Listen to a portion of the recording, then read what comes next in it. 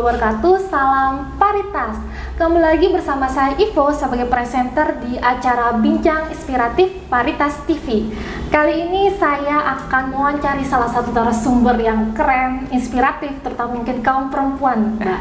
Sekali saya kenalkan yaitu Mbak Milda Istiqomah. Assalamualaikum, Mbak. Waalaikumsalam, Mbak Ivo. Ya, bagaimana kabarnya Mbak Milda? Alhamdulillah baik. Oke. Nah, sekarang saya akan menjelaskan sedikit profiling dari Mbak Milda Istiqomah. Jadi Mbak Milda Istiqomah ini adalah salah satu dosen di Fakultas Hukum Universitas Brawijaya. Kemudian juga sepak terjang akademik Mbak Milda Istiqomah ini sangat menginspirasi sekali, terutama di menempuh S1 di Fakultas Hukum Universitas Brawijaya, lalu kemudian S2 di University of Wollongong ya Mbak ya. Lalu kemudian S3 juga menyelesaikan PhD ya Mbak ya, di universitas di Australia ya. Begitu ya Mbak ya? Betul. Okay. Mungkin untuk mendalami karakter lalu kemudian perjalanan hidup seorang Mbak Milda Istiqomah, kita akan berbincang selama beberapa menit ke depan.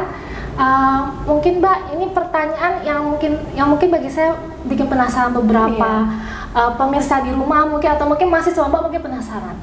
Bagaimana sih masa SD, SMP, SMA atau masa kecil seorang Mbak Milda Istiqomah? Mungkin bisa dijelaskan secara singkat, Mbak.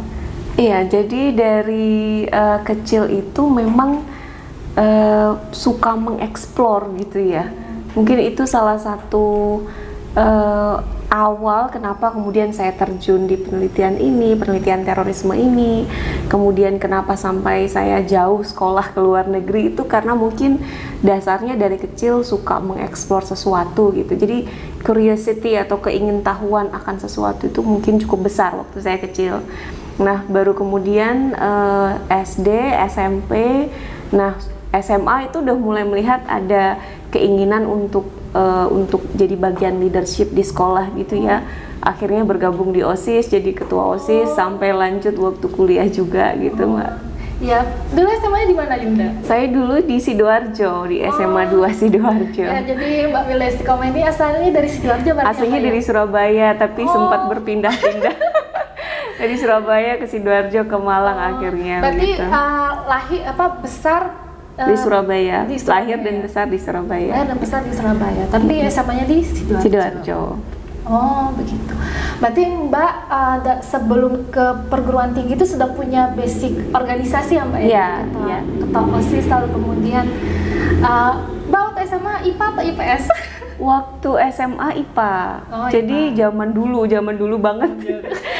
Waktu tahun 90-an itu kan masih ada pembedaan yang jurusan IPA dan IPS.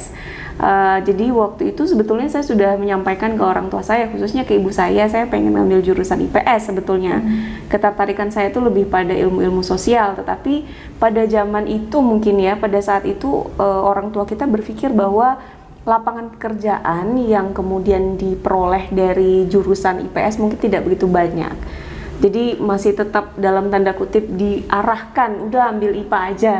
Jadi waktu SMA dulu juga tetap jurusan IPA, tapi karena untuk S1-nya ada penjurusan IPC gitu ya. Jadi meskipun kita jurusan IPA tapi bisa masuk IPS. Jadi akhirnya saya masuk di Fakultas Hukum.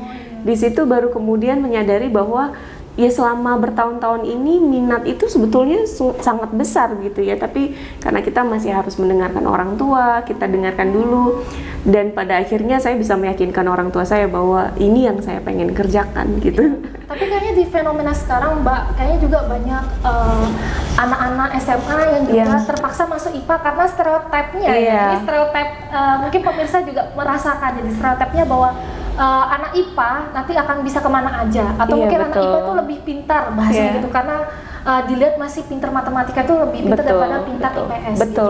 Jadi zaman Mbak dulu masih ada juga sampai sekarang. Berarti mau dari dulu sampai sekarang ya sama ya. Tapi kita harus merubah stereotip itu sih, Mbak. Sebetulnya dengan penjurusan apapun juga nggak ada masalah ya teman-teman semuanya. Mau ambil jurusan IPA, IPS, atau bahkan bahasa sekarang. Kita kan tahu sendiri bahwa bahasa itu menjadi hal yang penting. Kita bisa punya kesempatan banyak banget dengan kita bisa ahli bahasa beberapa macam, misalnya begitu. Jadi kalau menurut saya memang teman-teman jangan khawatir, tetap dicari gitu, karena kadang berubah juga ya Mbak Ivo. Waktu SD, SD, SMP dengan SMA, apa yang ingin kita lakukan akan bisa berubah dari waktu ke waktu begitu. Jadi ini Pak pemirsa di rumah, kita bisa break the stereotypes sih. Break stereotypes. Oke Mbak, setelah SMA lalu kemudian memilih Fakultas Hukum Universitas Brawijaya. Iya betul. S1-nya. Bagaimana sih Mbak kehidupan ketika menjalani S1 atau mungkin kesibukannya jadi apa? Kan mahasiswa tuh banyak macam-macamnya Mbak. Jadi ada yang mahasiswa kupu-kupu, kuliah pulang iya, atau betul. mahasiswa aktivis atau mahasiswa yang sangat akademis. Mbak bisa cerita Mbak bagaimana kehidupan mahasiswa? Iya.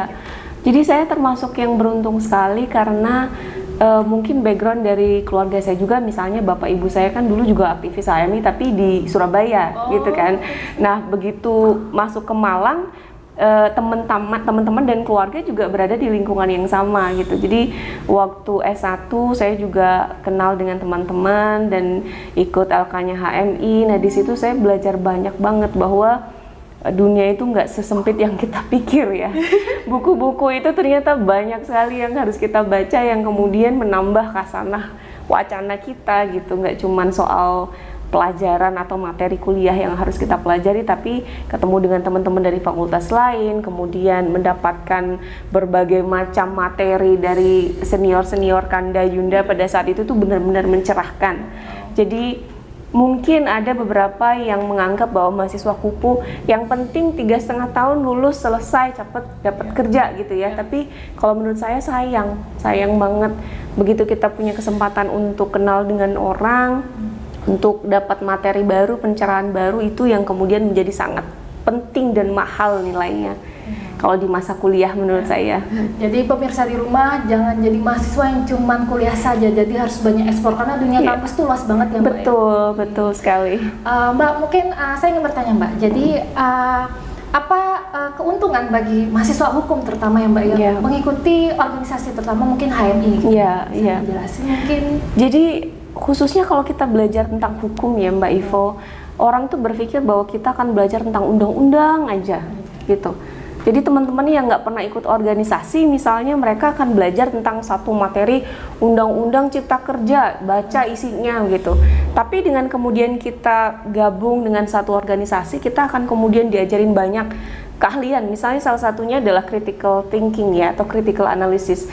Bagaimana kita bisa berpikir secara kritis dan melihat sebuah wacana atau melihat sebuah fenomena itu dengan komprehensif. Nah, dengan teman-teman HMI pada saat itu kita sering mengadakan kumpul bareng gitu ya, kita diskusi, kita membahas satu event tertentu, dan bahkan kita juga melakukan aksi nyata pada saat itu melawan beberapa kebijakan yang ada yang dikeluarkan oleh rektorat. Ya? Saya cuman yang di belakang aja. Di belakang. Setiap mahasiswa punya porsi peranan masing-masing, betul. Nah, di situ kemudian kita bisa mengetahui bahwa sebetulnya belajar hukum itu tidak hanya belajar tentang undang-undang. Kita harus melihat bagaimana hukum itu bekerja di sebuah masyarakat yang sangat kompleks seperti Indonesia ini, yang kemudian terdiri dari banyak suku, dari banyak agama, dari banyak ras, golongan dan sebagainya, yang kemudian untuk mengaplikasikan hukum itu juga tidak semudah seperti membolak-balikan telapak tangan. Membuat suatu undang-undang juga tidak semudah seperti kita menyampaikan secara lisan begini gitu. Jadi menurut saya ketika kemudian kita dijejeli dengan dimasukin dengan banyak doktrin gitu ya, dengan banyak pemahaman tentang melihat satu kasus itu tidak hanya dari satu sisi saja, tapi dari banyak sisi, itu akan membantu kita melihat persoalan menjadi lebih jernih. Menurut saya begitu. Ya, jadi pemirsa di rumah ini bisa diambil kesimpulan bahwa ikut organisasi juga penting, terutama organisasi apapun ya Mbak. Jadi misalkan ikut HMI atau ikut organisasi di intrakampus pun juga bisa meningkatkan yang namanya critical thinking dan kepekaan terhadap kondisi sosial masyarakat. Begitu. Nah Mbak, setelah kemudian menempuh S1 di Fakultas Hukum Universitas Brawijaya kan sempat kemudian berhijrah. Hijrah meneruskan kuliah di Australia. Mungkin bisa dijelaskan sedikit Mbak, apa perbedaan iklim?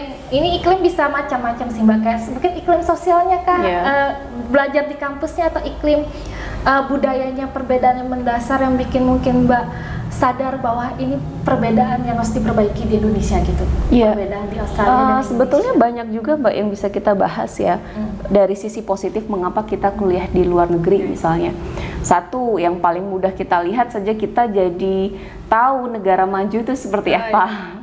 Dengan sistem transportasi yang sangat maju begitu ya, kemudian kehidupan masyarakatnya juga majemuk, dan kemudian prinsip-prinsip liberalisme itu juga benar-benar dijunjung tinggi di negara-negara maju tersebut. Cuma di sisi yang lain kalau kita lihat kultur budaya akademiknya itu sangat jauh berbeda. Misalnya kalau kita kan kalau di kampus ini masih ada unggah-ungguh sama dosen ya. Masih ada unggah-ungguh dengan dosen. Sekarang sudah sangat berubah. Kalau mungkin 20-30 tahun yang lalu kita mau ngobrol atau menyapa dosen aja takut gitu. Tapi sekarang kan kita udah bisa. Tapi kalau misalnya di luar negeri itu saya kan menghabiskan S2 2 tahun, S3 4 tahun. Jadi mungkin kalau di total 6 tahun ya. Dari situ saya melihat bahwa dosennya itu sangat terbuka. Mereka sangat terbuka dengan segala macam komunikasi dari mahasiswanya, apakah itu tentang tugas, apakah itu tentang materi kuliah gitu. Dan itu menjadi salah satu sumber inspirasi cara mengajar saya sekarang gitu.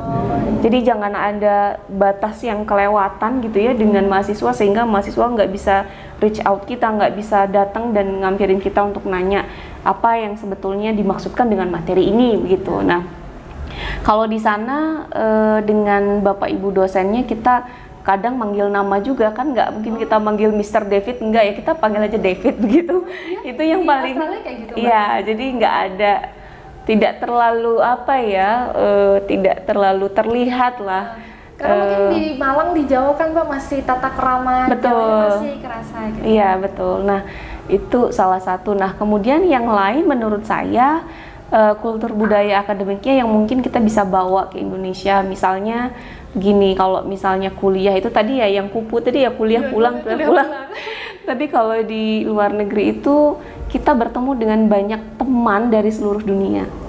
Itu karena pasti mahasiswanya nggak dari Malaysia, nggak dari Australia aja, pasti ada yang dari Asia, ada yang dari Eropa dan segala macam. Nah, dengan ketemu banyak orang, dengan kita kemudian belajar mengerti dan memahami tentang bagaimana masing-masing negara itu kemudian direpresentasikan oleh mahasiswa tersebut, kita juga jadi banyak belajar gitu tentang bahasa, tentang budaya, tentang kultur. Bahkan yang paling mudah, yang awalnya saya dulu nggak pernah belajar tentang masakan India, sekarang saya jadi bisa masak masakan India. Berarti masak kari-kari gitu, masak kari-kari. Yang dulu nggak pernah belajar masakan Meksiko, sekarang saya jadi suka masakan Meksiko. Jadi gitu. Sebenarnya kuliah di luar negeri itu selain belajar hukum, kita jadi belajar sosial. Oke Mbak, setelah kemudian menempuh perjalanan sebagai akademisi, kuliah S1, S2, kemudian S3, mungkin saya izin bertanya Mbak, apakah Mbak sudah menikah, atau mungkin sekiranya sudah menikah itu di tahun berapa gitu? Saya sudah menikah, anak saya 2. Anak 2. Iya, menikahnya di tahun 2009, jadi udah cukup lama ya.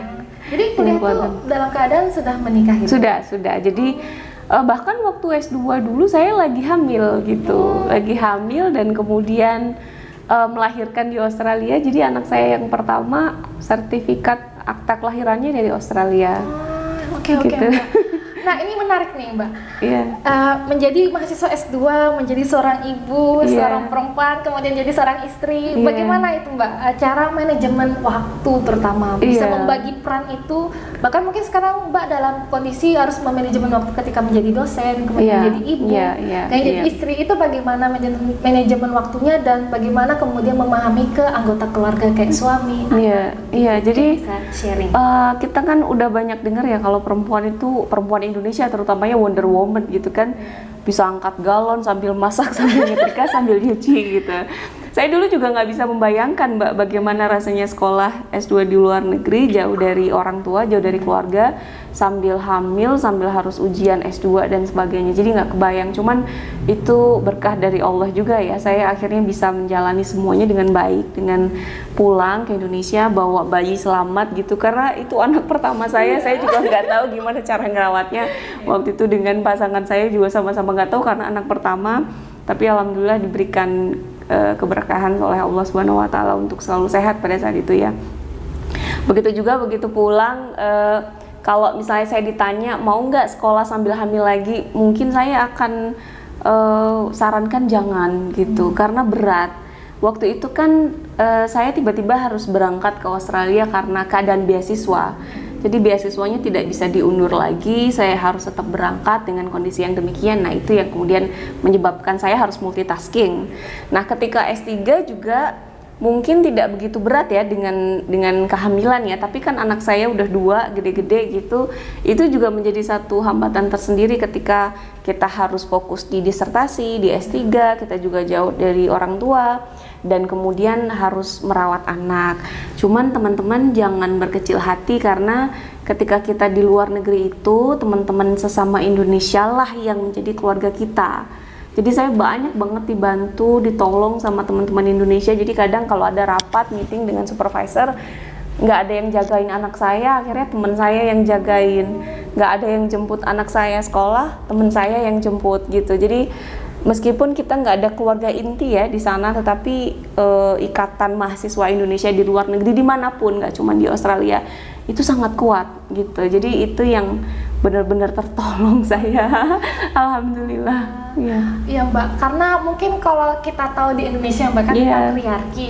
Betul sekali. Jadi bahkan banyak stigma-stigma di masyarakat, kayak bagaimana kita perempuan harus membagi pekerjaan sebagai ibu, apalagi kan beban domestik selalu dibebankan kepada perempuan. Betul. Itu bagaimana kemudian Mbak menyikapi itu, menghadapi itu, dan bagaimana kemudian punya, karena bagi saya mungkin Mbak ya, mungkin bagi pemirsa di rumah, suami juga punya peran besar terhadap penopang keluarga. Mungkin Mbak bisa jadi kalau kita melihat konstruksi sosial masyarakat Indonesia, kan kita juga tidak bisa menafikan fakta bahwa budaya patriarki itu masih sangat mengakar ya, dari sejak ratusan tahun yang lalu dan bahkan sampai sekarang.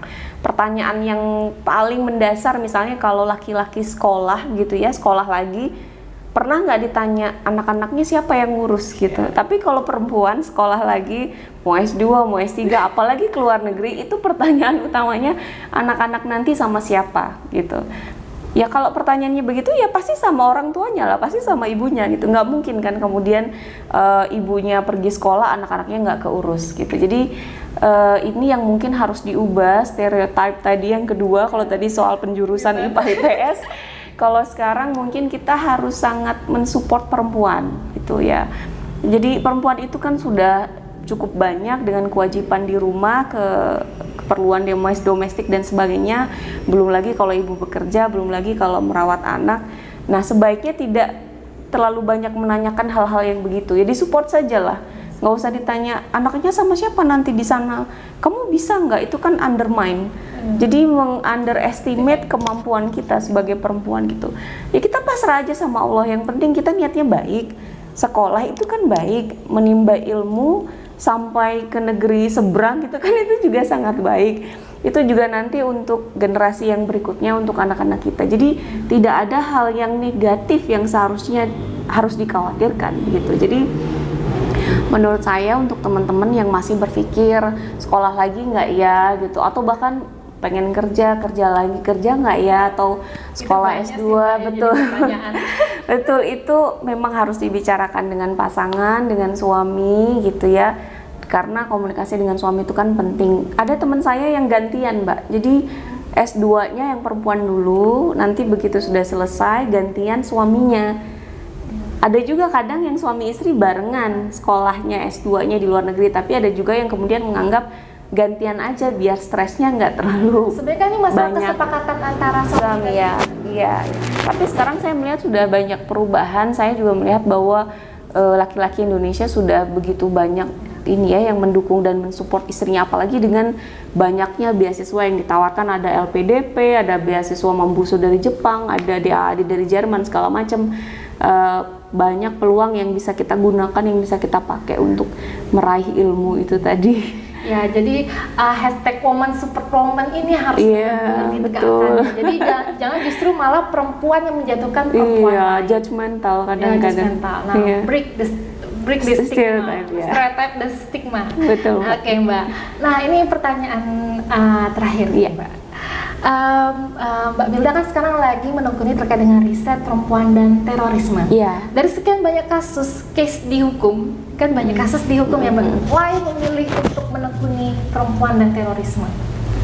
Kalau dilihat sejarahnya sebetulnya dari S1 sampai S2, S3 fokus saya itu di kejahatan sebetulnya, di tindak pidana.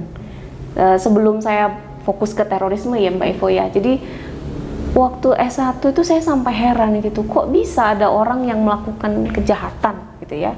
Kok bisa kemudian ada seorang suami yang membunuh istrinya dengan cara yang keji, kemudian dimutilasi sampai kemudian dibuang dengan koper segala macam. Waktu itu saya hanya berpikir apa yang salah gitu kan, apa yang salah dengan masyarakat kita, apa yang salah dengan hukum kita, kenapa itu masih terus berulang gitu. Jadi pertanyaan saya dulu sebetulnya diawali dengan kejadian-kejadian nyata yang terjadi di masyarakat gitu ya. Nah pada tahun itu sekitar 2001 memang belum banyak kejadian atau aksi terorisme. Jadi saya fokusnya lebih pada soal kejahatan, melihat faktor penyebab orang melakukan kejahatan. Nah begitu S2 di Australia itu saya kemudian menemukan minat baru tentang terorisme. Saya lebih merubah fokus, tidak mengapa orang melakukan kejahatan secara umum, tetapi lebih mengapa orang melakukan terorisme gitu. Berubah. Nah ketika S3 kemudian berubah lagi fokusnya, kenapa perempuan melakukan terorisme. Jadi teman-teman yang masih mencari tentang fokus penelitian, mau mencari apa, menulis skripsi apa, nggak perlu khawatir, karena itu semua adalah proses, kita sambil menjalani pelan-pelan. Bisa jadi nanti skripsi S1 dengan tesis S2 nya berbeda, misalnya, itu juga nggak masalah. Nah itu berawalnya dari situ kenapa. Oh jadi memang berangkat dari curiosity di S1 sesungguhnya, iya, tapi betul. Kemudian bisa mengerucut sampai akhirnya di lebih fokus lagi di S3. S3 gitu ya, betul. Oke Mbak, mungkin kan pembahasan terorisme kan mungkin bagi sebagian orang menakutkan gitu. Iya. Mungkin ada pengalaman-pengalaman yang paling tidak terlupakan ketika meriset terkait dengan perempuan dan terorisme Mbak. Iya, yang sebetulnya paling menjadi apa ya, perubahan dalam cara berpikir saya itu ketika setelah lulus S2 tahun 2011 saya pulang ke Indonesia, saya fokus pada terorisme itu kan. Saya sempat studi lapang di Lamongan. Saya kemudian waktu itu mewawancarai istri-istri dari pelaku bom Bali. Jadi bertemu dengan istrinya, kemudian bertemu dengan keluarganya. Nah, pada saat itu saya hanya berpikir bahwa mereka tuh sebetulnya keluarga biasa saja gitu. Keluarga masyarakat Indonesia, tapi mereka dipisahkan dengan pemahaman yang sangat jauh berbeda gitu ya. Waktu saya mewawancarai istrinya itu ada salah satu istri yang kemudian stroke begitu ya, sakit karena stres. Pemberitaan yang di media massa tentang suaminya, dan suaminya juga pada saat itu masih buron, kemudian dia jadi stres, itu kemudian pengaruh ke anak-anaknya gitu ya. Nah jadi saya juga berpikir bahwa mungkin ada intervensi yang bisa dilakukan sejauh mungkin gitu, agar jangan sampai kemudian perempuan dan anak ini menjadi korban. Kalau laki-laki kita mungkin akan ada pencegahannya tersendiri ya Mbak ya, tapi kalau untuk perempuan dan anak ini, karena kita harus melihat mereka sebagai kaum yang paling rentan gitu ya, kaum yang paling vulnerable di kelompok target sasaran itu, kita harus sangat hati-hati. Jadi itu yang kemudian menggugah saya sampai kemudian saya penelitian di lapas-lapas, di Nusa Kambangan, di Porong, di Sidoarjo, ketemu dengan narapidana terorisme, ngobrol dengan mereka, diskusi dengan mereka, dan ya apapun yang bisa kita lakukan sekecil mungkin itu sangat berarti sebetulnya. Berarti sebenarnya mereka tuh bukan orang jahat ya Mbak ya, secara... Nah ini yang kemudian banyak tidak diketahui sama teman-teman semuanya. Mereka berpikir bahwa ya pokoknya semua teroris itu jahat gitu. Nah kita harus hukum mereka seberat-beratnya, kalau bisa dihukum mati gitu. Padahal di banyak kasus itu justru yang punya ideologi radikal tuh nggak nyampe 10-20%. 80%-nya itu mereka supporter karena mereka ikut-ikutan. Jadi diajak tetangganya, kemudian diajak keluarganya, atau diajak temennya yang mereka sebetulnya hadir di jamaah pengajian itu karena ketidaktahuan saja gitu. Nah ini yang kemudian menurut saya juga kita harus bisa secara komprehensif tadi melihat secara kritis apa persoalan yang kemudian muncul dalam terorisme itu sendiri gitu. Kita nggak bisa gebiah uyah ya, kalau orang Jawa bilangnya gitu, menebarkan garam di seluruh laut ya akan nggak secara signifikan gitu. Oke Mbak, jadi mungkin dari percakapan ini ya Mbak ya, dari terkait dengan perempuan, terorisme gitu. Kira-kira Mbak Milda punya pesan nggak ke pemirsa-pemirsa di rumah? Kira-kira kita sebagai, terutama untuk kaum muda ya, mahasiswa, apa pesan untuk kaum muda agar kemudian terkait dengan kasus terorisme itu bisa kita tekan gitu di Indonesia? Jadi menurut saya memang pemuda gitu ya, pemuda dan pemudi itu punya peran yang sangat besar dalam upaya pencegahan radikalisme, ekstremisme dan terorisme itu tadi. Salah satunya adalah menjadi agent of change itu tadi ya, agen perubahan, bahwa kita tunjukkan kita yang anak muda, kita generasi muda, kita secara terang-terangan menolak terorisme karena itu adalah bertentangan dengan undang-undang kita gitu. Cuma memang kita harus sangat hati-hati, kita harus sangat cermat, jangan kemudian mereka kita anggap sebagai orang yang bersalah dan tidak punya kesempatan untuk memperbaiki kembali. Dan sebetulnya satu stereotip, misalnya kalau sudah pakai misalnya celana cingkrang itu berarti mereka teroris, sudah pakai cadar mereka teroris. Bukan gitu, itu bukan salah satu ciri teroris. Mereka yang dikatakan sebagai teroris itu sudah jelas-jelas melawan negara dengan melakukan beberapa perbuatan aksi terorisme yang mengarah pada kekerasan, kemudian menimbulkan korban yang secara meluas, itu baru kita sebut sebagai terorisme. Oke Mbak, berarti mungkin kalau bisa saya simpulkan secara pribadi ya Mbak, jadi sebenarnya orang jahat pun juga masih punya masa depan tuh jadi orang yang lebih baik. Betul.